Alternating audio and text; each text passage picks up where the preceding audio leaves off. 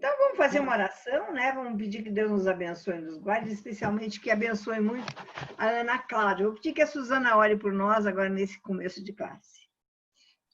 Querido Deus, bondoso Pai, te agradecemos pela manhã deste dia, te agradecemos pela noite de descanso, Senhor Deus, te agradecemos pela oportunidade de nos reunirmos mais uma vez neste domingo para discutirmos a Tua palavra, Senhor Deus, para nos informarmos a respeito dos Teus preceitos, dos Teus ensinamentos para as nossas vidas que Tu tens reservado.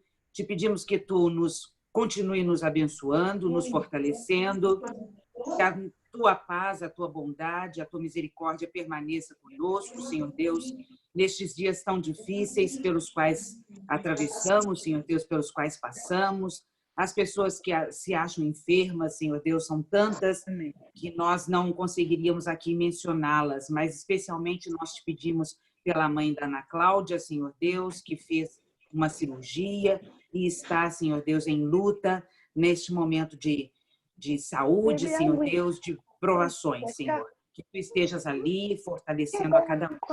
Que o Senhor abençoe especialmente ao Edivaldo neste nosso momento de estudo, que este estudo possa nos abençoar ricamente, Senhor Deus, e esclarecer para nós a Tua vontade, a Tua orientação e os Teus desígnios. Nós oramos e agradecemos em nome e por amor de Jesus. Amém. Amém. Amém. Então, vamos começar, né? Edivaldo, contigo. Vamos usar aquele mesmo esqueminha, né? Primeira meia hora, né, Luciana? Fechadinho os microfones, aí só o Edivaldo fala e depois a gente abre para participação, tá? Vamos lá. Edivaldo, eu estou com os mapas, então você pode me falar quando quiser que coloque, tem 4 mapas, né? Aí eu compartilho a tela, tá bom? Então, vou silenciar todos e deixar só o do Edivaldo. Okay. Bom, então, inicialmente, eu quero cumprimentar cada uma da escola dominical desse domingo, dessa classe alternativa. De modo particular, agradecer o convite da Rosa e agradecer a confiança. Eu confesso que é muito mais fácil na escola dominical ouvir do que falar, porque eu aprendo muito mais. Mas nesse dia eu vou, então, no gesto de algumas exposições, de alguns pontos, tentar contribuir com aquilo que está em curso nas nossas reflexões. Acho que desde a exposição do Luiz, passando pela exposição da Darlene, do Barbosinha, nós estamos trabalhando o livro de Atos dos Apóstolos, que é um livro da tradição lucana, e estamos vendo os modelos de igreja, portanto, e os modelos de teologias que emergem daí. Então, nós temos um modelo que emerge de Estevão, de Pedro, de Paulo, das comunidades, enfim, cristãs nascentes nesse contexto. A minha exposição, ela vai ter tão somente a incumbência de desenhar talvez alguns signos que nos ajudem a entender esse contexto que está em curso. Mas muito desse contexto que está em curso vai ser ressignificado no mundo medieval, vai ser ressignificado no mundo moderno e vai ser ressignificado no mundo contemporâneo. Por isso que o esqueminha que eu apresentei para a Rosa divulgar no grupo, ele pode ter uma certa pretensão, mas é tão somente uma grade da gente reconhecer que esse debate, essa reflexão que nós estamos fazendo, não é uma coisa do passado, é algo que vai se atualizando e vai sendo ressignificado nos diferentes momentos da história, que nós poderíamos chamar aqui de horizontes históricos. Então, nós precisamos do chão da história para pensar isso. Sem o chão da história, nós não podemos entender nada disso que está em curso. Por quê? Porque Deus mesmo, no seu mistério e na sua grandeza, toma, num dado momento, a decisão de se fazer homem na pessoa de Jesus Cristo. né? Essa afirmação que eu estou fazendo, ela vem de um filósofo francês chamado Georges Gusdorff, um pensador de língua francesa de Estrasburgo, e ele vai dizer assim no seu texto: Deus, num dado momento, toma a decisão de se encarnar. Por que isso? Porque Deus poderia não ter querido tomar essa decisão. Né? Alguns filósofos medievais, como Duns Scotus, por exemplo, que vai exercer uma influência significativa no pensamento de Lutero. Duns Scotus é do século XIV, como Guilherme de Ockham, são filósofos franciscanos que vão exercer uma forte influência na formação da tradição luterana.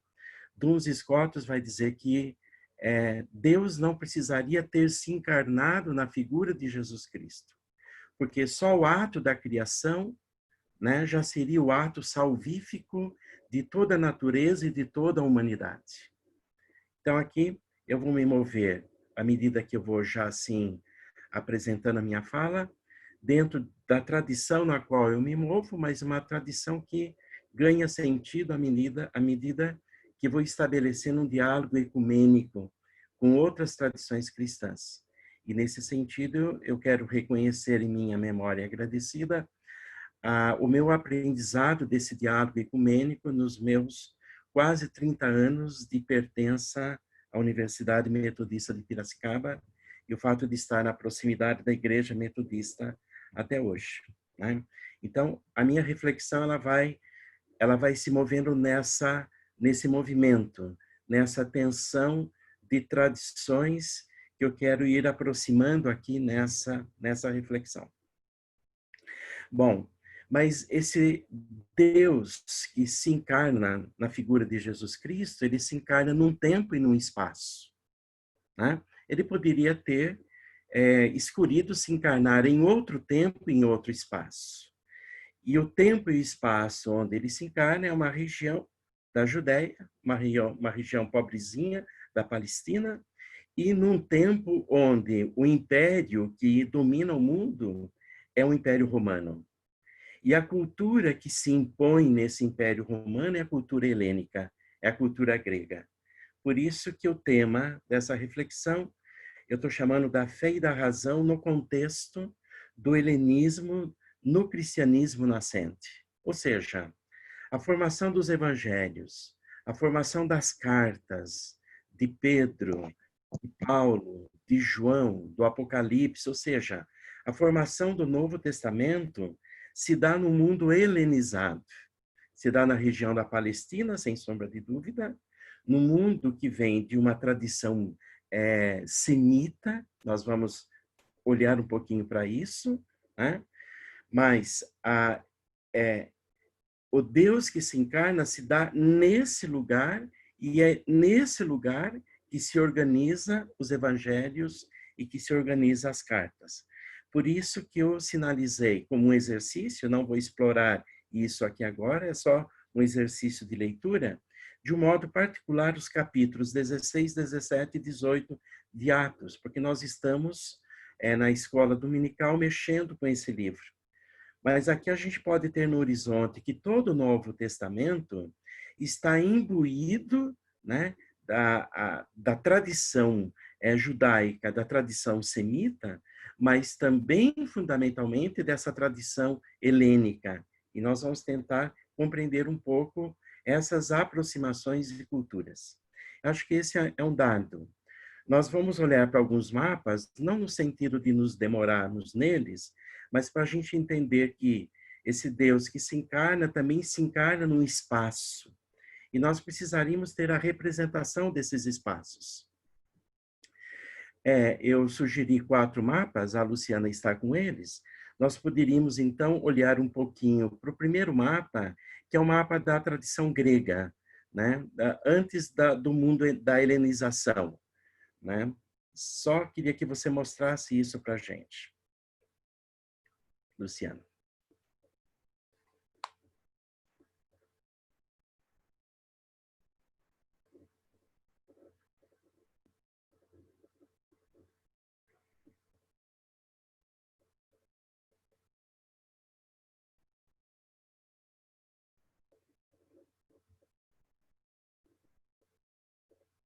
Tá dando para aparecer? Se não der para aparecer, não tem problema, Luciana. Só um minutinho, eu já estava com eles abertos, não sei por que fechou aqui. Eu vou colocar novamente, só um minutinho. Nós vamos tentar olhar para esses mapas no sentido de compreender como que eles nos ajudam assim a pensarmos um pouco essa realidade espacial. Porque o helenismo está dentro de um espraiamento da cultura grega. E a cultura grega, ela se espraia no mundo, né? Aqui, então, nós temos, por exemplo... Seria esse, Edivaldo, o primeiro? É esse? Porque eu estou com todos aqui. Deixa eu dar uma olhada. Esse é o mapa já da helenização, do Império de Alexandre. Esse seria o último mapa. Mas podemos ficar com esse mapa. Ó, estamos com todos aqui. Ó. Qual que você prefere? Então, deixa nesse que aqui está presente. Aqui nós temos Israel nos dias de Jesus. Só para a gente poder ter uma ideia. Né? Nesse sentido, esse mapa ele já está dentro do processo da helenização e do processo do domínio do Império Romano. Se nós pesquisarmos mapas anteriores a esse, nós vamos ver esse espaço ainda não dominado pela cultura grega e nem dominado pelo Império Romano. Mas esse mapa é só para a gente poder ter a ideia, então, do espaço no tempo de Jesus. Por gentileza, Luciana, localiza outro mapa para nós. Aqui nós temos o mapa que mostra a segunda viagem de Paulo. Para a gente poder ter a ideia, do lado direito do mapa, onde está toda a região de Jesus, né? Samaria, Jerusalém.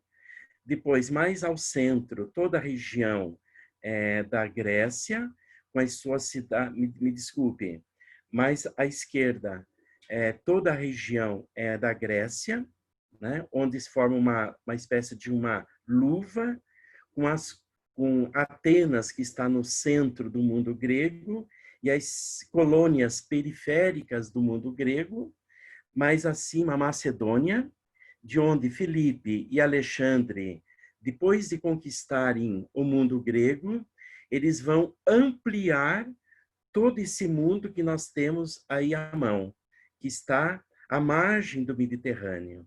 E mais abaixo nós temos o continente africano. E lá no Egito, nós vamos depois ver daqui a pouco, nós vamos ter na época o grande centro cultural do helenismo, que é a cidade de Alexandria. Vamos ver a importância dessa cidade. Então nós temos que, olhando para o tempo de Jesus, olhando para o tempo da formação dos evangelhos, olhando para o tempo da formação das cartas de Paulo, Pedro e o Apocalipse, nós temos que ter na nossa cabeça esse mundo que está aqui presente para nós. É aí que Paulo vai circular, né, espraiando e divulgando a mensagem cristã. Ele vai fazer 4 viagens no mar Mediterrâneo e nessas cidades todas. Nesse sentido, nós já temos fontes para entendermos melhor esse processo. Mas aqui nós já temos um mundo helenizado e esse mundo culturalmente helenizado, onde a cultura grega se espraia, é um mundo que é dominado pelo Império Romano. Então, quando nós pensamos em mundo nesse tempo, nós estamos entendendo o Império Romano. Por isso que a morte de Jesus, que é uma morte política, ela tem a ver com a trama política do Sinédrio, de Anás e Caifás, e com a trama política do Império Romano, que condenam efetivamente Jesus à morte. Nós temos que ter a mente, enfim, esse contexto todo. Por gentileza, Luciano, outro mapa. Aqui nós temos, então, o mapa da helenização do mundo. Se a gente pega as cores amarela, vermelha e verde, nós vamos ver os processos, o período pré-socrático, o período clássico e o período helenístico. Então, nós temos o primeiro momento, onde está em amarelo, o momento antes de Sócrates, Platão e Aristóteles, o período em vermelho, que são os grandes momentos de Sócrates, Platão e Aristóteles, e o período em verde é o período pós-socrático, pós-platônico e pós-aristotélico. Enfim, é esse mundo do pós-socrático, pós-platônico, pós-aristotélico que atravessa e entra na formação das cartas, dos evangelhos, enfim, de todo o Novo Testamento. A presença, se começa a reconhecer que hoje há uma certa presença, principalmente nos livros de Macabeus. Mas, de um modo ou de outro, isso está justamente no âmbito dos estudos em curso, no sentido de se compreender quais as relações entre essas culturas do passado. Faz favor, Luciana, agora pode abrir.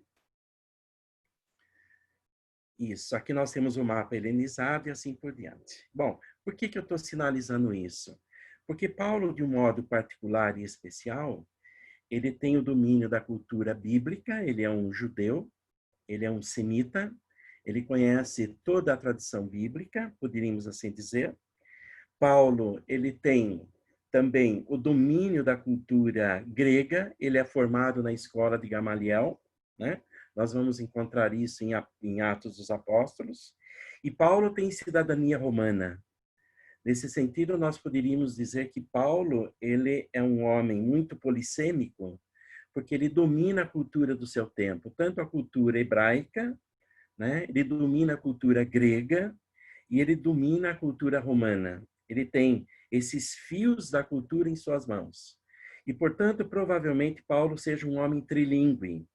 Ele não só fala o hebraico, mas fala também o latim e fala também o grego. Ele ou conhece a estrutura dessas línguas. Então, pensar de uma forma hebraica é uma forma de acessar o mundo e acessar a realidade. Pensar de uma forma grega é um modo diferente de acessar o mundo e acessar a realidade. E pensar de uma forma latina é pensar o mundo de um outro modo e de uma forma diferente. Então, aqui a língua ela tem um peso fundamental, né? É isso um pouco, então, que nós vamos tentar compreender a partir já do terceiro momento do nosso esqueminha, de um filósofo chamado Hegel. Qual a importância desse filósofo para essa nossa discussão? Hegel é o último filósofo moderno no século XVIII. Hegel vai fazer a grande síntese filosófica. E Hegel não é só um filósofo, ele é um teólogo também, né? Então, nós vamos encontrar na filosofia de Hegel uma coisa muito interessantíssima. A forma de Hegel, ela é filosófica, mas o conteúdo do pensamento hegeliano, ela é teológica, né? É um conteúdo teológico que vem da tradição alemã, da tradição luterana. E é Hegel quem vai reconhecer que, no passado, há um encontro dessas duas culturas, de uma cultura grega e de uma cultura semita. O que a cultura grega oferece para o campo do conhecimento? A cultura grega oferece a forma do conhecimento, que é uma forma racional. E o que a tradição semita, a tradição bíblica, oferece para o conhecimento? Oferece o conteúdo, que é uma verdade, que é Deus. Essas duas culturas vão se encontrar, e no encontro dessas duas culturas, os pensadores que têm à mão essas tradições vão ter que aproximar esses signos culturais. Essa tradição grega e essa tradição helênica, essa tradição bíblica. E essa tradição bíblica estou chamando de tradição semita, porque, de um modo ou de outro, tem origem em Sem, que é um dos filhos do mítico Noé. Cã, Jafte e Sem. Toda a tradição bíblica é uma tradição semita. Toda a tradição do povo do deserto é uma tradição semita. Nesse sentido, nós temos elementos em comum com a tradição judaica, a tradição cristã, e mais tarde, no século VII, já na Idade Média, a formação do mundo islâmico, do mundo muçulmano, que também vai ser um mundo semítico. Então, existe um mesmo tronco para o judaísmo, para o cristianismo e para o islamismo. E a fonte desse mesmo tronco é a fonte abrâmica. Nesse sentido, são as religiões dos livros, que vão se constituindo efetivamente de uma forma histórica. Então, Hegel vai apontar que a tradição grega, que formula uma compreensão lógico-racional e científica para compreender o mundo, para compreender a verdade, está em busca da verdade. Tá? Enquanto que a tradição semita, a tradição bíblica, ela não tem uma preocupação de ser uma filosofia, e nem de fazer filosofia, porque é uma religião. Mas ela tem os conteúdos de verdade reveladas que vão se constituindo como elementos que vão dar bases para se formular uma tradição filosófica. Então, num dado momento do pensamento, da história, essas duas tradições elas vão se encontrar. Se a gente lê a carta de Pedro, 1 Pedro, capítulo 3, versículo 13 a 15, Pedro vai dizer assim: temos que estar prontos para dar razão da nossa esperança.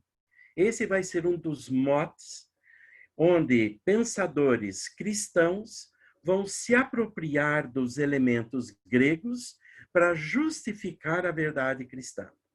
Então, aqui começa a aproximação fundamentalmente dessas duas culturas, que no passado são constituídas por outras tantas culturas. Por exemplo, nós não podemos ignorar que a própria formação do Antigo Testamento vem de elementos da Mesopotâmia e de elementos da cultura egípcia. Né? O povo grego vai ser constituído por outros tantos povos do passado. Então, eu queria chamar aqui a atenção, para usar uma expressão de um filósofo russo chamado Bakhtin, ele vai dizer que as culturas elas vão se constituindo como camadas e elas vão se encontrando. Por isso que nós temos que reconhecer que ao longo da história, né, existem camadas que se sobrepõem a outras culturas e assim por diante. E elas subsumem, elas recolhem elementos dessas culturas. Então, nós vamos ver, desde o princípio, já uma certa interculturalidade entre as tradições. Se o mundo helênico está levando a sua cultura para frente, está fazendo uma aculturação, como nós vamos ver daqui a pouco, essa aculturação implica no encontro com outros tantos elementos culturais. Então, por aqui a gente pode ter assim uma imagem da cabeça complexa de Paulo, que domina fundamentalmente essas três grandes culturas e domina essas três grandes línguas, o hebraico, o grego e o latim. Então, parece-me que isso é fundamental.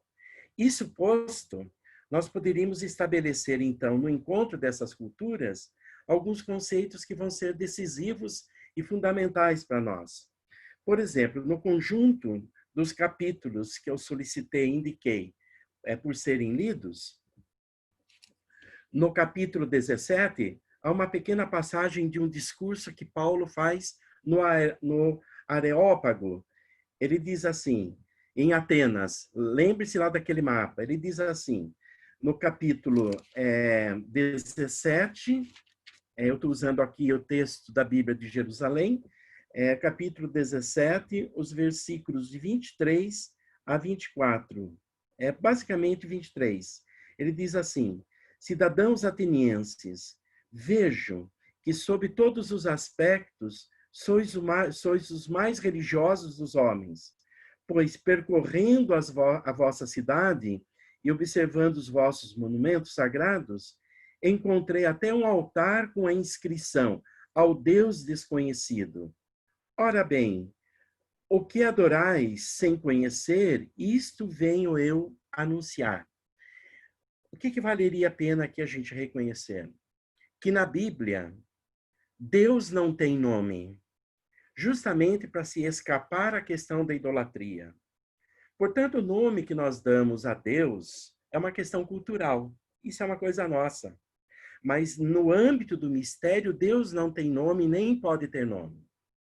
Por isso que a grande experiência religiosa é fazer a experiência desse mistério que não tem nome. E é fundamental que assim seja. Por quê? Porque senão nós entramos naquele clássico problema da tradição bíblica, que é a questão da idolatria, de cultuar outros nomes, de cultuar outros deuses. Sob certo aspecto, nós vivemos esse drama no mundo de hoje, porque onde mais do que nunca se quer dar nome a Deus, se quer pegar a Deus, se quer dizer o que Deus é, etc, etc, etc. Se Deus, então, não tem nome, é para preservar justamente a sua grande distância, mas, ao mesmo tempo, a sua grande proximidade, por causa da criação e por causa da encarnação e por causa da ressurreição. Então, na perspectiva da fé, o nosso Deus, ele efetivamente, ele não tem nome. E na tradição bíblica, nós sabemos, o nome de Deus não podia ser pronunciado. Ora, então nós vamos ter aqui um conceito de Deus que vem da tradição bíblica e um conceito de Deus que vem da tradição grega.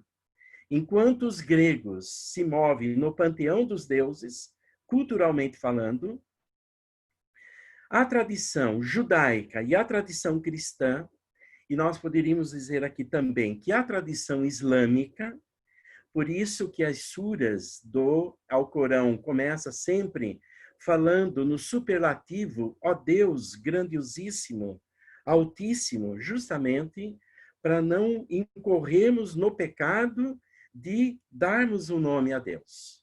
Nós vamos encontrar essa perspectiva nas três dimensões desses povos. Por isso é que nós vamos encontrar, então, uma concepção de Deus na tradição judaico-cristã e islâmica, pensando um pouco mais à frente, e na tradição grega, que se difere. Na concepção de logos, o que é o logos para o homem grego? A palavra logos do homem grego é uma palavra que significa reunião, recolhimento, significa dizer o ser, dizer as coisas. Esse é o sentido da palavra logos. Ou seja, a razão grega, ela busca, via o logos, dar um sentido à realidade das coisas. Na tradição bíblica, nós não vamos encontrar esse logos, mas nós vamos encontrar o sentido da palavra dabar, que tem a ver com criar, com procriar, com recriar. Vejam, é uma outra mentalidade, a mentalidade bíblica, que difere da mentalidade grega. Por que eu estou fazendo essas distinções? Justamente para a gente poder entender que esse momento, do século I até o século II, onde há a formação do Novo Testamento, né, é justamente o momento do encontro dessas culturas nada fáceis, que têm leituras de mundo, modos de ser, sentir, pensar, agir, amar, querer, completamente diferente. E a formação do Novo Testamento supõe, então, um domínio dessa tradição semita, o domínio dessa tradição grega e como esses encontros vão se dando. Conceito de sabedoria. Ora, nós vimos que a tradição judaica, ela não quer criar uma filosofia e nem tem essa pretensão. Portanto, a sabedoria é o próprio Deus. A sabedoria é a própria palavra que é dabar, que em João vai ser o verbo que se encarna. Por isso que o prólogo do Evangelho de João começa, e no princípio era o verbo. Vejam, no âmbito da tradição bíblica, há um debate em torno de que tudo se dá no âmbito da palavra. No princípio, Deus cria na palavra, né? João reconhece que o verbo é a palavra. Então, a palavra grega, a palavra bíblica, semita, ela se difere do sentido da palavra grega. São dois sentidos de linguagens, portanto. Né? Por quê? Porque a palavra logos, em grego, ela significa ordenar. O homem grego acredita no mundo ordenado. Ele não tem o conceito de criação, de um Deus que cria o mundo, e principalmente um mundo criado do nada. Isso é uma herança bíblica. O tema do nada é uma herança da tradição judaico-cristã. O tema do nada que vai reaparecer depois na filosofia contemporânea, principalmente na filosofia de Jean-Paul Sartre. Lembrem-se, ele escreve uma obra, O Ser e o Nada. O nada é um tema da filosofia, mas o nada é uma herança da tradição bíblica, portanto.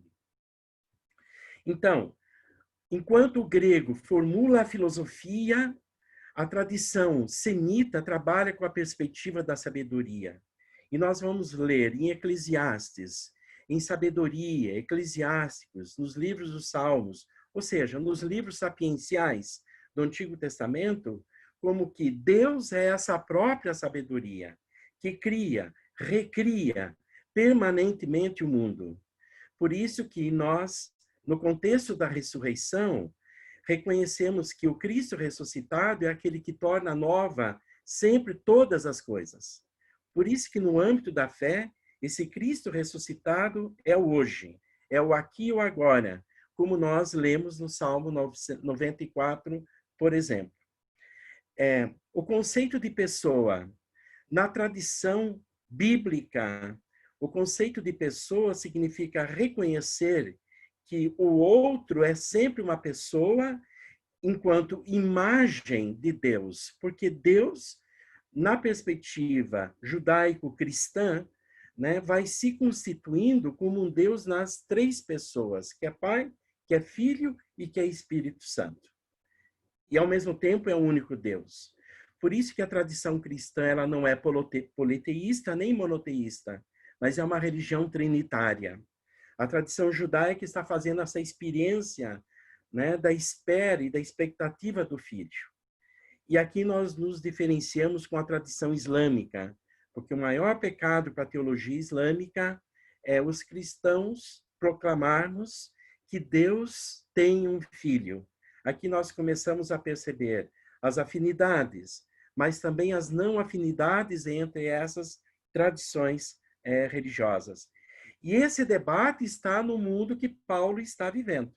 Só essa passagem que nós lemos dele, no Areópago, falando do Deus desconhecido, ele está apresentando esse Deus desconhecido, mas também esse Deus que ressuscita e que salva, e esses temas que são estranhos à tradição, né, desses povos gregos.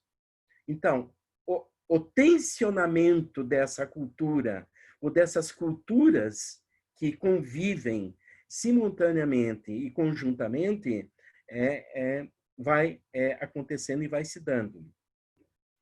O conceito de amor. Nós vamos herdar da tradição grega o conceito de amor, que é filia, daí vem a expressão filosofia, que é o amigo do saber, né? A palavra filia, ela significa justamente amizade, o amor de amizade. A palavra eros, que dá origem também, ou que tem origem na palavra patos, patos que é da ordem da paixão, o amor de paixão, o amor do apaixonamento, onde um e outro se entregam efetivamente no abraço erótico, é o amor de eros, portanto. Isso é uma herança da tradição grega, mas os gregos desconhecem o amor que emerge da tradição judaico-cristã, que é um Deus que ama na sua pura gratuidade e na sua pura amorosidade, que é o amor ágape. E é esse o sentido que nós damos também à celebração eucarística. Ou seja, um amor onde nós não queremos efetivamente nada em troca quando amamos efetivamente o outro. Sob esse ponto de vista, o amor ágape não nega o amor de filia, de amizade, nem o amor de eros, supõe os dois, mas transcende ao mesmo tempo os dois. Por quê? Porque o amor ágape é um amor da pura gratuidade, da pura entrega. Sobre esse ponto de vista, nós poderíamos definir Deus como esse amor ágape que se manifesta quando cria o universo, que se manifesta quando cria suas criaturas, se manifesta na encarnação, se manifesta quando morre com Jesus na cruz, em que pese que ele faça um silêncio diante da morte do Filho, mas ele morre com Jesus, e é esse mesmo Deus que vai morrer conosco quando efetivamente vivenciarmos a morte definitiva. Porque com ele nós iremos ressuscitar. E não só nós, mas a natureza toda. Essa é a compreensão paulina, para a gente poder entender isso.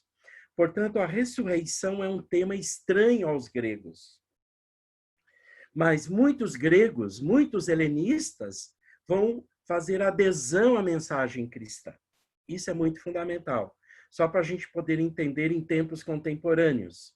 Como que Edith Stein, que é uma judia filósofa, que vai ter um momento de ateísmo na sua vida, vai ser aluna de Husserl, um filósofo alemão. Num dado momento, ela vai se aproximar do cristianismo. Então, esses processos, eles estão em curso ainda hoje. Quer dizer, essas mensagens judaicas, islâmicas, cristãs, elas estão em curso no nosso tempo. Não são coisas que estão efetivamente no passado. O conceito de história. Veja, o conceito de progresso, de desenvolvimento, é uma herança da tradição judaico-cristã. A perspectiva bíblica, ela tem um conceito de história enquanto um contínuo, enquanto um desenvolvimento. Isso para se entender o fim último da história. Enquanto que o conceito de história, na perspectiva grega, é uma história cíclica, é uma história da eterna repetição. Por isso que Nietzsche, no século XIX, quando volta aos gregos, ele vai falar do eterno retorno.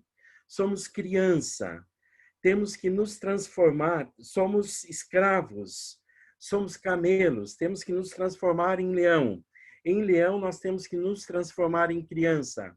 Isso está nas obras nietzschianas, principalmente assim falava Zaratustra, para a gente poder entender essa ideia cíclica da história. Ora, isso está no nosso cotidiano também, porque nós temos uma mentalidade, via de regra, no cotidiano, quando falamos, a história se repete, ou a história não se repete, ou ela sempre apresenta elementos novos, inéditos. Ora, quem é que vai esboçar a primeira leitura da história a partir dessa perspectiva? Vai ser Agostinho, já no fim da Antiguidade Clássica, quando ele escreve a sua maravilhosa obra chamada Cidade de Deus e a Cidade dos Homens. Santo Agostinho está imbuído no seu pensamento, portanto, dessas duas grandes tradições. O próprio conceito é de tempo. Nós herdamos da tradição judaico-cristã o tempo dividido nos dias da semana. Nós dividimos o mês em 4 semanas. O tempo para o homem grego eram meses onde não havia final de semana. Portanto, o tempo era contado mês após mês, com dias ininterruptos, onde não se parava para o descanso no 7º dia. Isso para a gente poder entender como nós somos herdeiros na nossa temporalidade de um tempo judaico-cristão e não de um tempo da cultura grega. Eu acho que esses elementos, eu fiz questão de me demorar um pouquinho neles e explicitá-los, para a gente poder entender que o encontro da tradição helênica e o encontro da tradição bíblica implica em ajustar esses conceitos naquilo que é possível de ser ajustado, né, e se distanciar naquilo que não dá para aproximar. É nesse sentido, então, que a partir do século II, né, após o desenvolvimento do Novo Testamento, vai emergir aquilo que, aqui no meu esqueminha, eu estou chamando de pensamento patrístico. A patrística vai ser justamente o pensamento dos primeiros padres da igreja nascente. E aqui nós temos que entender que os padres da igreja não tem nada a ver com aquilo que nós entendemos por padres hoje no nosso contexto. Os padres da igreja são aqueles homens de fé que, assumindo a máxima de Pedro, estando sempre prontos para dar razão da esperança, começam a buscar, então, uma forma de dizer da verdade, que é a verdade que se revela, com uma categoria do pensamento grego. Por isso que Hegel vai nos ajudar a entender isso, da tradição bíblica, nós herdamos o conteúdo, que é o conteúdo da verdade. E da herança grega, nós herdamos a forma, o jeito de pensar e explicar e compreender essa verdade que se revela. Nós sabemos, e os padres da igreja vão saber disso, que em última instância, nós não podemos dizer o que Deus é. Nós não podemos dizer o mistério. Mas minimamente a razão pode ajudar a tatear a compreensão desse mistério que vai se configurando. Por isso que a patrística, que vai se configurar por causa da cultura em curso, tanto a cultura grega quanto a cultura latina, ela vai se configurar em duas grandes escolas, a patrística grega e a patrística latina. No nosso caso, nós somos herdeiros da patrística latina. Por quê? Porque Santo Agostinho, Tertuliano, são padres dessa linhagem de cultura, dessa linhagem de pensamento. Mas a patrística grega, ela é rica também, e nós não podemos ignorá-la. Ela é constituída por Orígenes, por Clemente, por Eusébio e por tantos outros que nós precisaríamos aqui esmiuçar, né? Ou seja, esmiuçar os padres da igreja grega e os padres da igreja latina, que estão construindo uma leitura e uma interpretação do cristianismo. Então, nesse sentido, aqui nós estamos ainda no mundo antigo. Nós estamos no século II, no século III, no século IV, no século V, até o século VI, quando o mundo antigo se desmonta para dar emergência a um novo outro tempo, um outro novo mundo, que é o mundo medieval. Então, o mundo medieval, ele nasce a partir do fim do mundo antigo, que tem a ver com a crise do Império Romano. Ora, e vai ser na crise do Império Romano que o cristianismo vai emergir com força para ser, assim, uma possibilidade de esperança e de vida para a crise reinante na época. Nós poderíamos reconhecer que nós, hoje, no mundo atual, nós estamos, de uma forma análoga, vivendo um momento de mudança epocal, de uma época para uma outra época. Estamos numa grande transição. Como esses povos da antiguidade clássica estavam ao dar lugar ao nascimento da Idade Média, né? Então, o pensamento da patrística, tanto oriental quanto ocidental, vai do século II ao século XII na Idade Média. E aí poderíamos nomear, talvez, os últimos grandes patrísticos, o pensamento de Bernardo de Claraval e de Antônio, que é o Santo Antônio que nós celebramos nas festas juninas. Antônio é um grande pensador português, que depois ele é de tradição agostiniana e vai se filiar à tradição franciscana na Idade Média. Vai ser o primeiro professor da ordem franciscana nomeado e solicitado por Francisco de Assis. Nesse sentido, Antônio, na sua obra teológica, opera com tradições patrísticas, portanto. Ora, quais são os filósofos que fundamentam a tradição patrística? Fundamentalmente, o pensamento de Paulo está na base e toda a tradição platônica na sua forma neoplatônica. Veja, nós não estamos mais no mundo grego, nós não estamos mais no tempo de Aristóteles e de Platão do século IV. Nós estamos no mundo helenizado. Sob esse ponto de vista, nós podemos dizer que Paulo vai ser um dos primeiros pensadores a fazer esse encontro da tradição grega e da tradição semita, porque ele tem à mão esses elementos todos. Só para ir um pouquinho mais à frente, na Idade Média, a patrística ela vai se transformar em escolástica. Escolástica é o pensamento da escola. A palavra escolástica vem da palavra grega escolé, que significa ócio.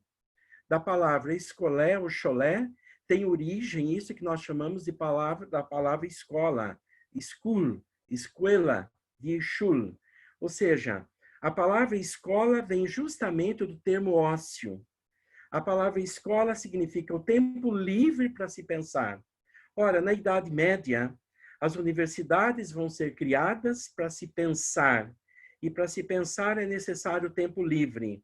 Aí nasce, então, o que nós chamamos da escolástica medieval. Por que eu estou fazendo essa distinção?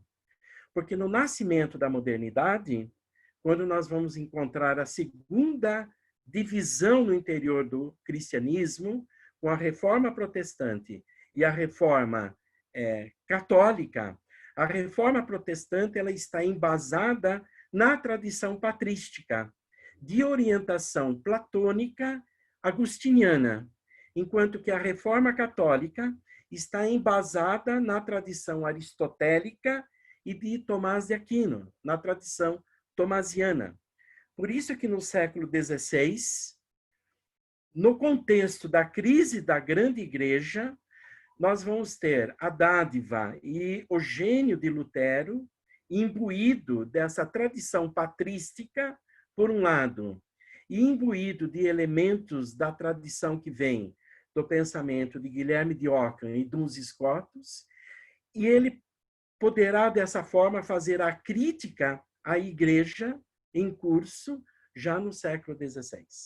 Então, toda a teologia luterana, embasada na patrística, ela vai servir justamente para inaugurar, quer dizer, uma outra leitura da cristandade. Então, no século XVI, nós temos a emergência daquilo que vai ser chamado do catolicismo e do protestantismo. Então, nós poderíamos dizer assim, o catolicismo e o protestantismo são dois fenômenos do mundo moderno que emergem no século XVI. A partir do século XVI, nós vamos nos mover até o século XX, basicamente, separados e em tensão e em conflito. E no século XX, vamos reaprender, ou vamos aprender o diálogo. E esse diálogo, ele vai se dar a partir das várias tradições que começam a se formar na modernidade. Ora, na modernidade, nós vamos encontrar pelo menos 4 tradições de pensamento. Nós vamos encontrar na Alemanha, onde está Lutero, Aufklärung, aquilo que nós chamamos de iluminismo. O fenômeno do iluminismo não é um fenômeno homogêneo, é um fenômeno heterogêneo. Ele vai ter nuances distintas nos estados nacionais. Se a Idade Média é uma unidade, se o mundo antigo se constitui uma unidade pelo helenismo, o mundo moderno ele vai se fragmentar nos estados nacionais. Cada estado vai ter a sua religião. Ora, Aufklärung, na Alemanha, vai ser deísta. Por quê? Porque a ideia de Deus vai ser preservada. Na Inglaterra, nós temos uma outra ilustração, que é o Enlightenment. A Inglaterra vai ser também deísta.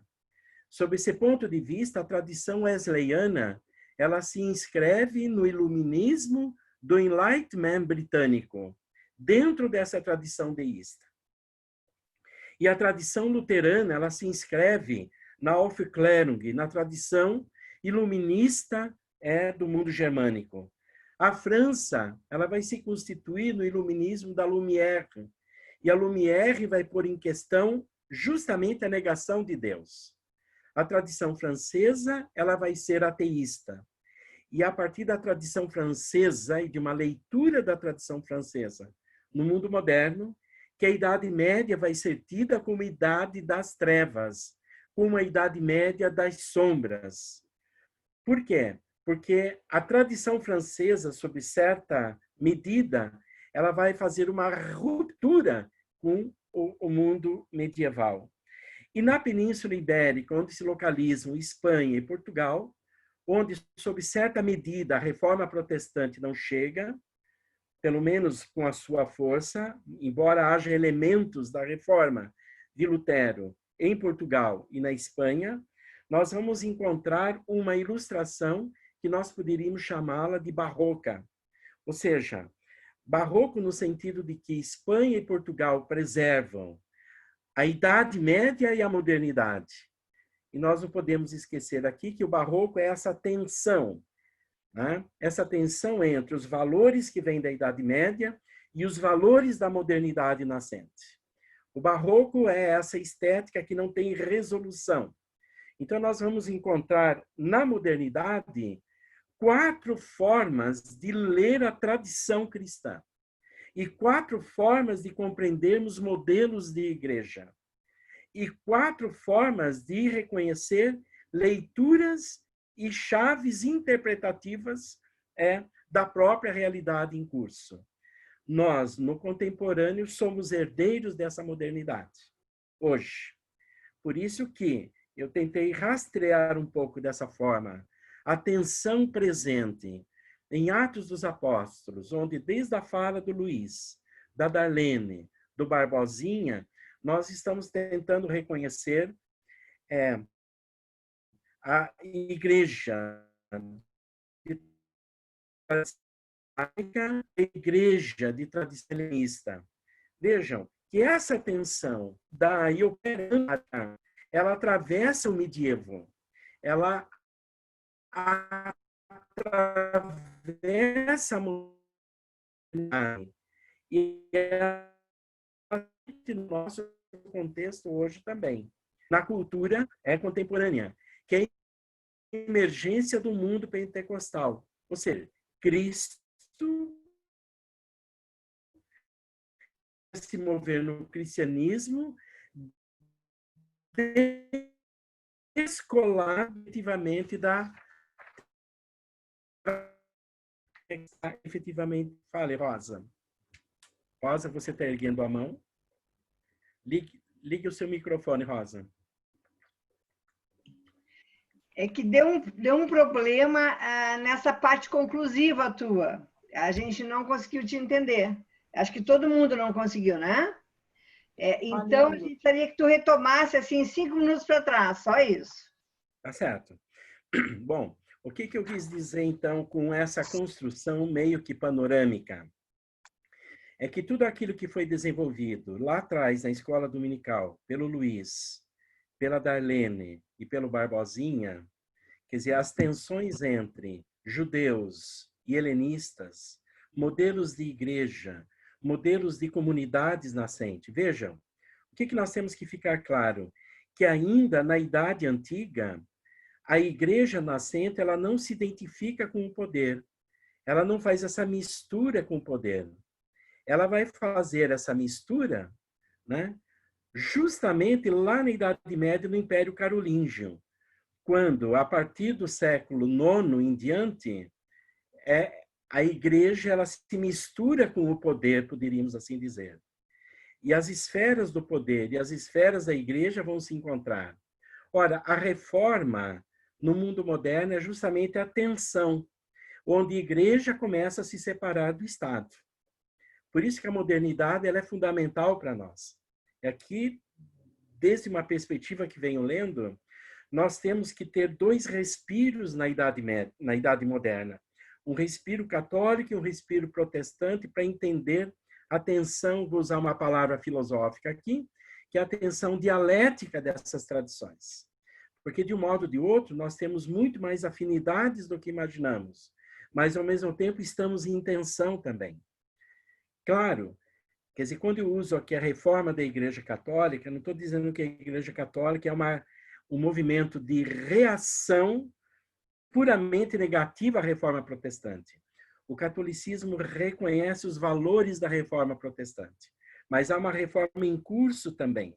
Então, há 2 reformas tensionadas no século XVI e que nós somos herdeiros hoje no contemporâneo. Só que no contemporâneo nós temos que incluir um outro elemento, que é a emergência do mundo pentecostal. Então, nós temos que reconhecer o mundo evangélico, com a sua bela tradição histórica, com seus reformadores. Vejam, a reforma ela tem as suas teologias e os seus reformadores. Essa é a grandeza e a beleza da reforma. O mundo católico vai aprender isso só no século XX. Só no século XX nós vamos aprender a reconhecer a pluralidade e a diversidade teológica.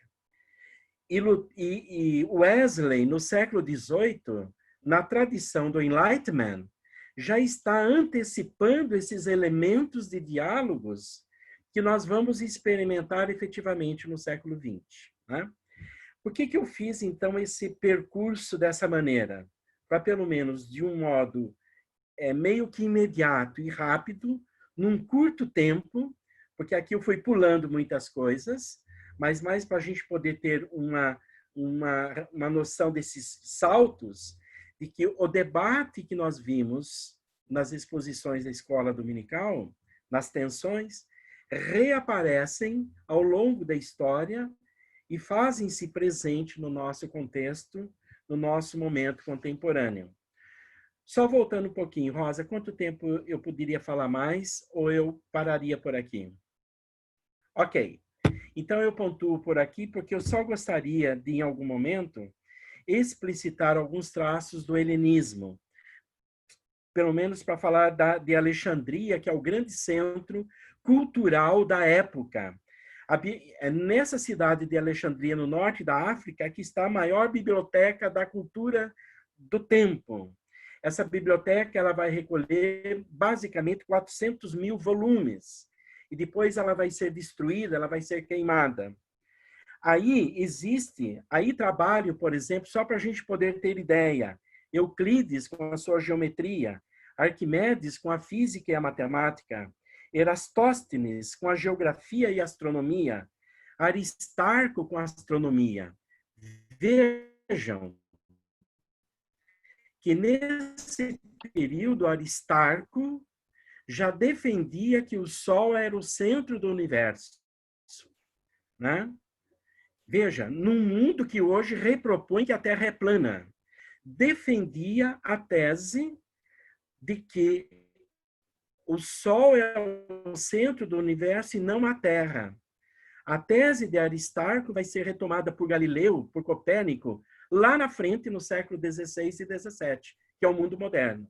Então, vejam a grandeza da helenização do tempo de Jesus e a complexidade com a qual Paulo teve que lidar. Sobre isso aqui, talvez, a necessidade fundamental de magnitude, a esse gênio de Paulo, que de um modo ou de outro, ou por muitas vezes, foi apresentado para nós como um Paulo que defende o machismo, que defende a hierarquização, etc, etc, etc. Então, nós precisaríamos retomar Paulo, por quê? De um modo ou de outro, Paulo está na base de todo esse debate em curso que nós estamos fazendo. E as filosofias presentes nesse período são o epicurismo, o estoicismo, o cinismo, por exemplo, não mais a tradição aristotélica. Aristóteles só vai aparecer no século XII, lá na frente, na Idade Média. E as bases neoplatônicas aqui. Sob certo aspecto, e o Lucas já fazia essa pergunta para mim, Edivaldo, quais são as influências do estoicismo em Paulo? Nós poderíamos dizer que o estoicismo grego está muito presente na formação também dos elementos do cristianismo no primeiro século, das primeiras comunidades emergentes e nascentes. Ou seja, essas culturas todas, elas estão em movimento nesse contexto e nós não podemos efetivamente ignorar esse processo. Eu pontuo minha fala por aqui para a gente poder dialogar e seguir a nossa reflexão. Muito obrigado pela escuta de cada um de vocês. Tá certo. Estou sendo ouvida? Tá. Sim. Tudo certo. Bom, vocês entendem, né, como é que é o Edivaldo. Então, assim, a gente precisa ir segurando a rédea dele. A Zoé, que é lá do Rio Grande do Sul, como eu, entende a minha expressão. A gente tem que trazer ele na rédea curta, o cavalo na rédea curta, senão ele toma a aula e fica mais 2 ou 3 horas falando para nós e a gente ouvindo com alegria, né? Porque é tudo muito, muito gostoso, tem tudo significado. Bom, mas, na verdade, eu acho que o Edivaldo, entre vários méritos que ele tem, um deles é essa capacidade que ele tem de fazer a panorâmica, né? Fazer essa caminhada, né, de 20 séculos e nos mostrando assim, uma certa lógica, um certo sentido, né? Na forma como a reflexão vai tomando. E, no fundo, é um pouco isso que ele fez, e acho que isso nos ajuda bastante, né? Eu nem quero fazer nenhum comentário, porque eu não quero tomar esse espaço que eu acho que é precioso para nós agora aqui. Mas quero abrir a possibilidade da gente conversar um pouquinho e alguns de nós nos manifestarmos. Antes de passar a palavra, eu queria só saudar aqui com um bom dia as pessoas que entraram depois que a gente começou a aula. Né? A Ivarda está aí, que bom que a Ivarda pôde estar com a gente hoje. O Lucas também, que estava entrando, mas não tinha aparecido para nós ainda. A Suzel, que é o segundo domingo que está conosco. Bom dia, Suzel. E o Zeca, eu não sei quem é Zeca. É meu filho. Ah, o Zeca é o filho. Tá, então tem 2 irmãos e um filho. A família tá boa aqui, Barbazinha. Tô amando isso. Não é? Aí. E com o Zequinha tem o meu neto, o João. Ah, o João. O João tá aí hoje, a gente vai poder dar uma olhadinha nele depois? Tá aí contigo ou não? Não, tá com o Zequinha em Brasília. Ah, tá em Brasília, tá bom. Então, tá bom. Então, saudando esses 4 irmãos mais que nós estamos aqui, queria, assim, dizer para o grupo que eu acho muito legal, porque nós estamos hoje ao vivo com 19 pessoas, e mais as 3 que normalmente estão conosco, a Ana Cláudia, a Luísa e a Darlene, nós temos mantido uma frequência em torno de 20 pessoas. Isso tem sido muito bom, muito significativo para nós, tá bom? Vamos abrir a palavra, então, quem quer se manifestar, quem quer reagir, contribuir, perguntar... Enfim, o Edivaldo está aí disponível. Acho que nós ainda temos uns 20, 25 minutos que a gente pode dar conta de usar, né? Quem quer falar? Eu vou falar. Ivonete, vai. Bom, eu quero agradecer, Edivaldo, e falar, só quero falar que eu estou que nem uma criança que experimentou pela primeira vez o chocolate, mas ganhou só um pedacinho. Então, eu estou esperando uma barra. Eu quero a barra de chocolate. Eu sou desse jeito. Aliás, eu acho que essas nossas últimas aulas têm apontado que a gente precisa de um curso, alguma coisa maior, porque é muita coisa para a gente saber, para a gente conhecer, e a sala está recheada de pessoas capazes de nos levar para isso. Que bom, Ivonete, é isso mesmo. A gente tem, assim, chegado perto, né, dessa possibilidade de curso, de aulas, mas em outros horários, eu acho que isso é uma verdade. Daqui a pouco isso vai emergir mesmo no grupo, eu acho. Quem mais, gente? Ivarda? Liga o microfone, Ivarda. Liguei, tá ligado? Ah, ligado. Legal. Eu agradeço com imensa alegria que eu tive esse prazer de conhecer esse professor que eu não conhecia ainda. Estou aqui embevecida, estática, só ouvindo, enxugando tudo. Foi muito ótima a aula, muito esclarecedora, e eu falo, meu Deus, será que eu tenho tempo ainda de aprender mais coisas? Eu peço a Deus mais tempo para aprender e entrar num curso de filosofia. Ah, que legal. Isso é a coisa que deixa ele mais feliz, é isso. Oi? Falar que tu tem vontade de fazer um curso de filosofia é a coisa que deixa o Edivaldo mais feliz, porque ele está sempre querendo gente para fazer filosofia. Então, tá bom. Eu estou muito feliz e agradeço essa classe maravilhosa. Tá bom, tá bom. Quem mais, gente? Eu quero. Eu quero. Vai, Rô. Ó, hoje eu e Orlando aqui escutamos, enquanto nós estávamos mexendo nas coisas, ficou no Viva Voz. Ficamos os dois aqui muito contentes com essa aula. Eu, particularmente, preciso de umas 10 vezes escutar a aula para absorver tanta informação. Gostei da fala da Ivonete. Eu apoio um curso do Edivaldo. E como diz o Orlando, essa aula é uma aula de Casa do Saber. Eu acho que a gente devia mandar para o Edivaldo começar a dar aula lá na Casa do Saber. Legal. Orlandinho, tudo bem, querido? Como tá? Aparece aí para a gente te ver. Muito bom. Ele falou que não, que ele não está... Não, ele não está com trajes. Tá bom, tá certo. Legal. Obrigada, gente. Então, quem mais? Oi? Ele agradeceu a oportunidade aqui. Tá bom, tá bom. Quem mais, gente? Pergunta, acréscimo, contribuições, vamos lá. Eu também queria agradecer essa brilhante aula, Edivaldo, e dizer que nós queremos você mais vezes, né? Já tinha falado isso para a Rosa antes. Nossa, foi uma aula que vai deixar a gente pensando assim por um bom tempo, né? Tentando amarrar tudo. Excelente. Parabéns. Que bom, que bom. Bom dia, pessoal. Oi, fale, Lucas. Também quero... tá de neto, de filho, de que é? Não, é filho? Sobrinho. Ah, é sobrinho, tá. Eu também quero agradecer essa oportunidade de rever o Edivaldo, né? Quando ele fala de... O Edivaldo esclarece muito, né? Dá essa visão mesmo bem ampla e faz a gente entender esse caldo todo para chegar, por que a gente pensa de algumas formas, né? Entender alguma coisa. Na aula na Unimep era assim, a gente estava meio perdido com as matérias, principalmente no primeiro, segundo semestre, e na aula do Edivaldo a gente se situava, né? Então é muito bom.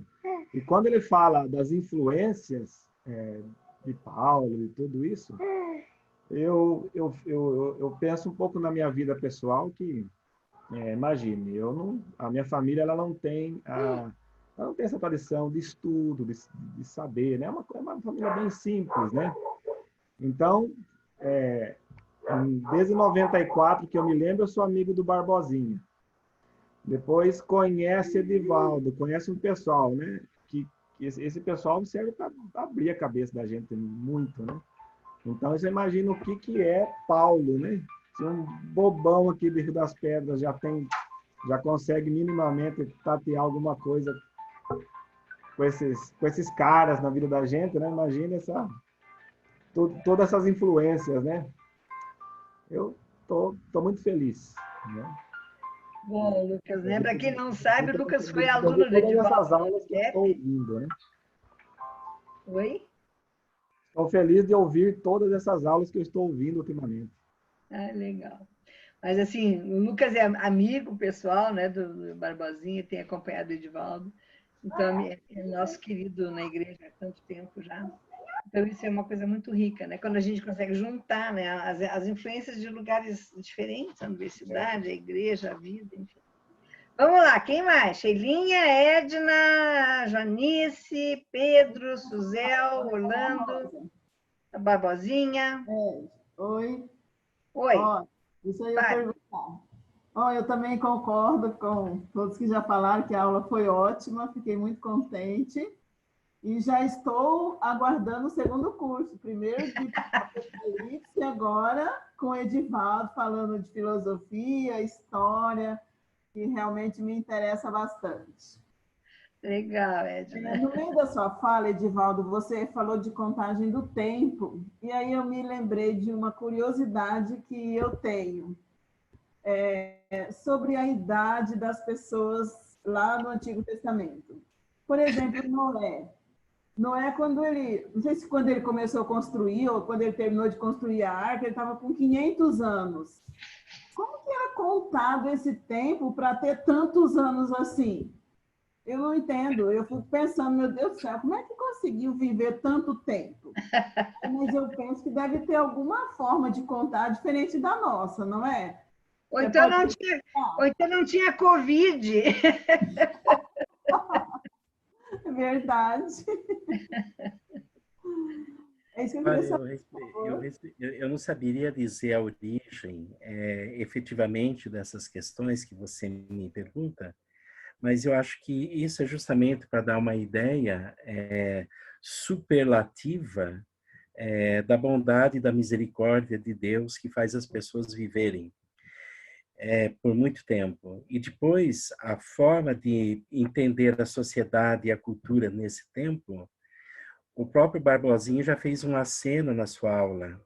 Num dado momento, o povo de Israel se inscreve justamente no âmbito da realeza. Antes da realeza, e aí a gente precisaria retomar os livros de Samuel, o povo de Israel se organiza em tribos, é um povo tribal. Então, é uma outra temporalidade, é uma outra forma de se organizar, porque não há um Estado, não há um poder. Nesse sentido, não há uma hierarquia. O povo de Israel, antes da realeza, veja, é um povo que deseja a realeza por causa dos povos vizinhos, que tem um Estado, tem um poder, tem um exército. E a única coisa que o povo de Israel tem é Deus, efetivamente falando. Então, Barbosinha, ele dá uma deixa na exposição dele para entender esses elementos culturais dentro de um outro modo de organização desse povo que se dá pelas 12 tribos do povo de Israel. Né? E aí, então, a própria questão da temporalidade. Mas, voltando isso antes da tradição abrâmica, os 10 primeiros livros do Gênesis, antes de entrarmos na formação das 12 tribos de Israel, nós temos que reconhecer que aí não se fala ainda de um determinado povo. Se olha para o conjunto de toda a humanidade. Se olha justamente para a perspectiva da criação. Então, por isso que os 10 primeiros capítulos do Gênesis, eles são interessantíssimos, porque se olha para a humanidade enquanto um todo, não necessariamente para um povo que Deus escolhe a partir de Abraão. Né? Então, a gente poderia recuar um pouco antes disso. Então, Noé, na temporalidade mítica, ele vai ter muitos anos de vida. Por isso que, antes de Abraão, o que nós vamos encontrar nos personagens como Adão, Eva, Caim, Abel, Noé, o dilúvio, etc., etc., são estruturas míticas da antiguidade clássica. E o mito não é aquilo que não existe. O mito é uma forma de dizer a realidade que não seja a partir de uma forma racional. Aqui nós precisaríamos, então, entender a estrutura de Hesíodo, de Homero, né? Quer dizer, a estrutura mítica na formação dos primeiros capítulos, poderíamos assim dizer, do texto bíblico.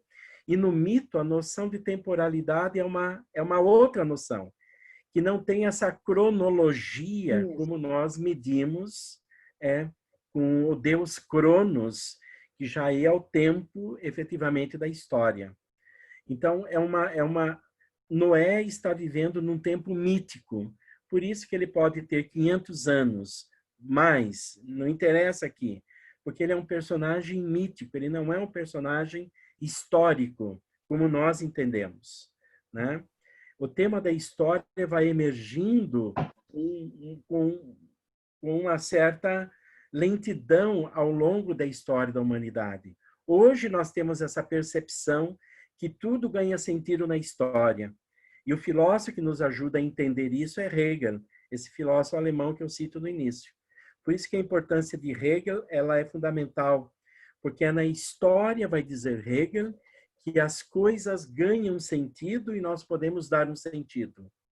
E depois nós vamos ver como que, mais à frente, a teologia vai dizer assim, se não é possível a salvação fora da igreja, e nem é possível a salvação fora de Jesus, nós vamos reconhecer que não é possível a salvação fora da história.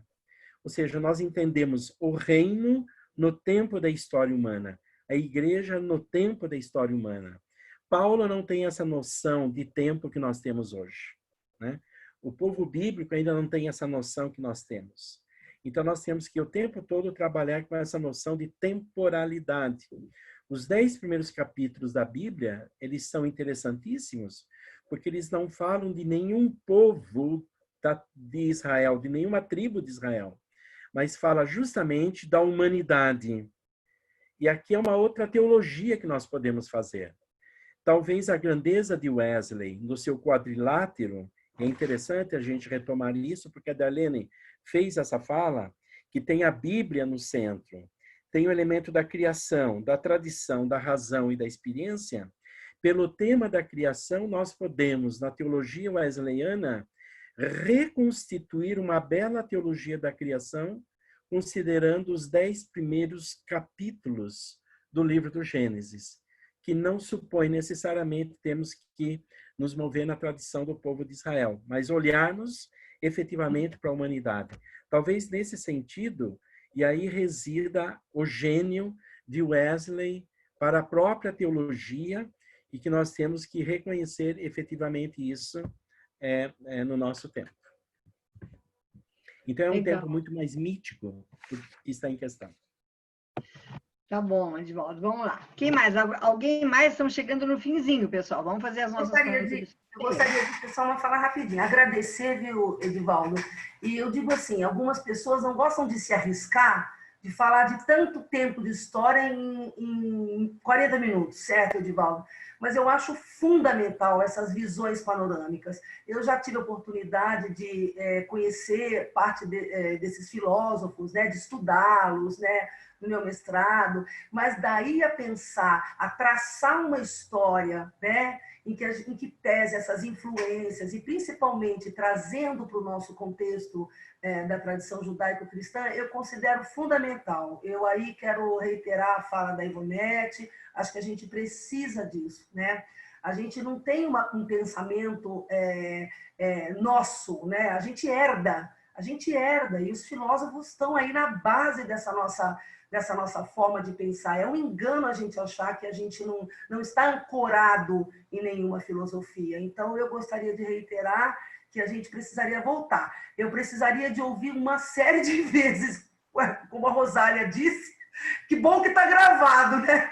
Que eu anotei um monte desses nomes, mas assim, eu acho que compreender é quando a gente consegue refazer a caminhada. E eu não conseguiria isso agora, então eu preciso ver muitas vezes, mas eu vou ver, vou ouvir muitas vezes de novo.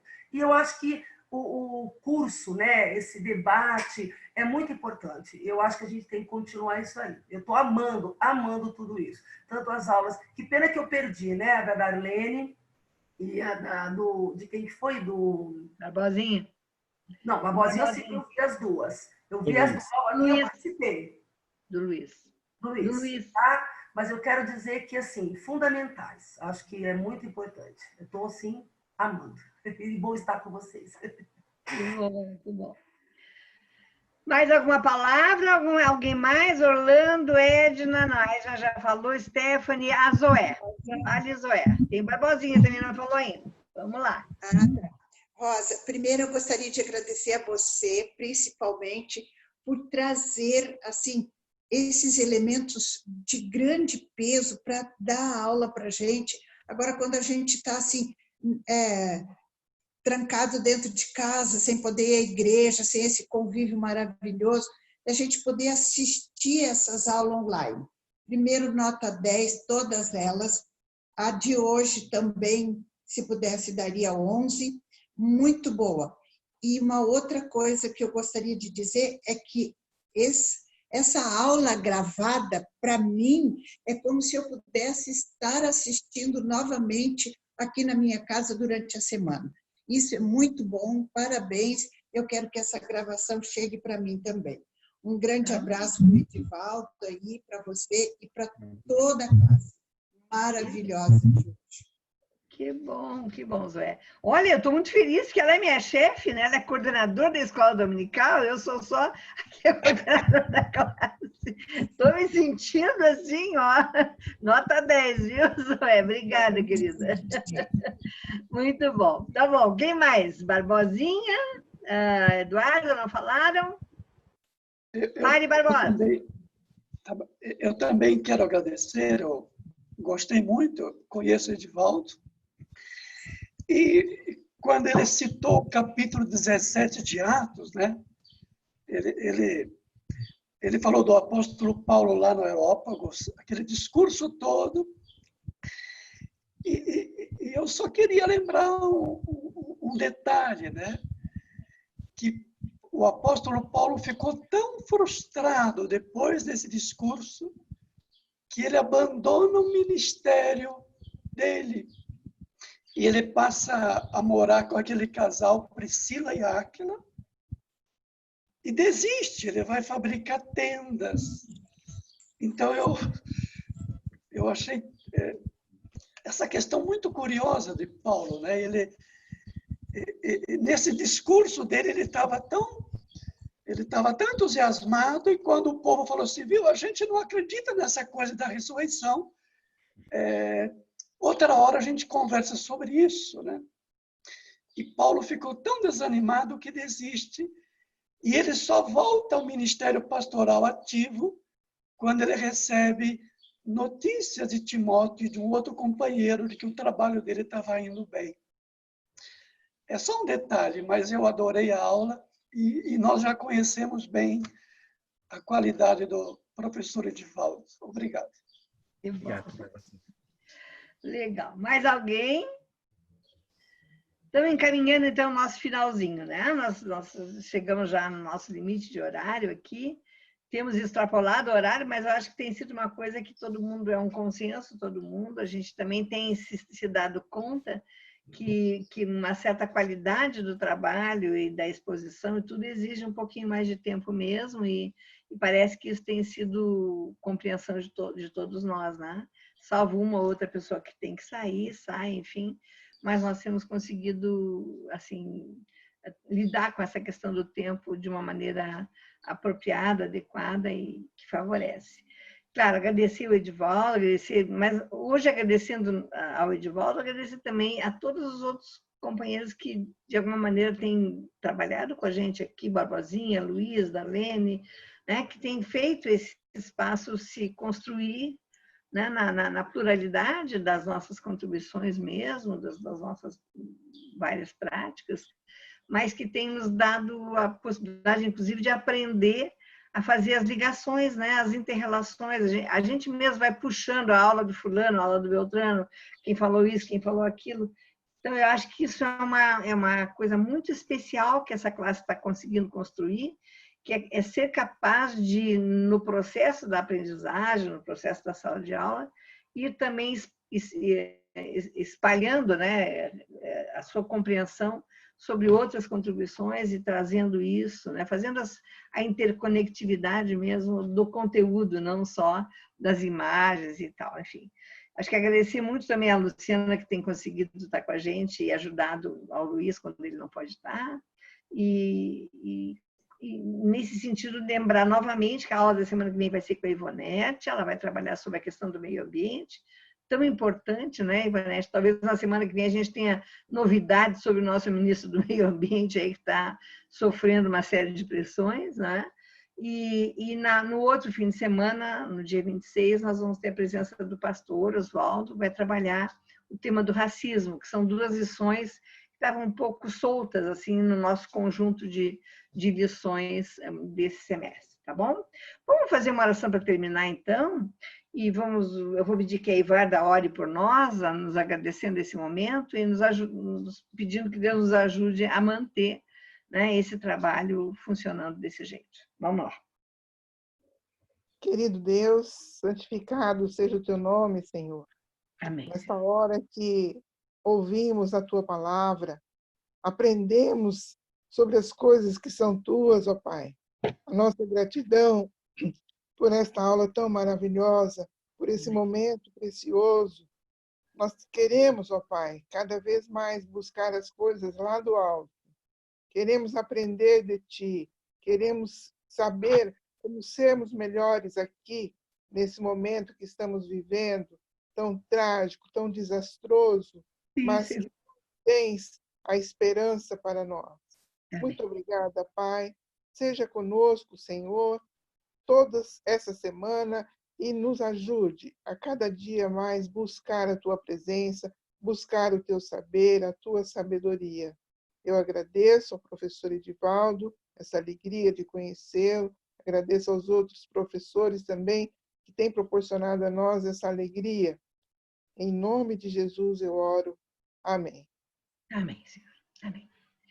Queridos, só lembrando, então, mais uma coisinha, Luciana, que nessa semana a gente vai trabalhar texto da revista, né? Nos últimos 3 domingos, a gente trabalhou 2 domingos do texto do Barbosinha e hoje essa extensão do Edivaldo. Então, a gente vai precisar de novo, e a Luciana vai colocar para a gente a lição 21 e a lição 22, mas aí eu dou os meus recadinhos lá durante a semana, só para a gente lembrar que a gente tem, então, uma lição para ler, né? No sentido de se preparar para ajudar. tá bom? Uma boa semana para todo mundo, então. Um beijo para todos, tá? Saúde, tá bom? Tchau, tchau.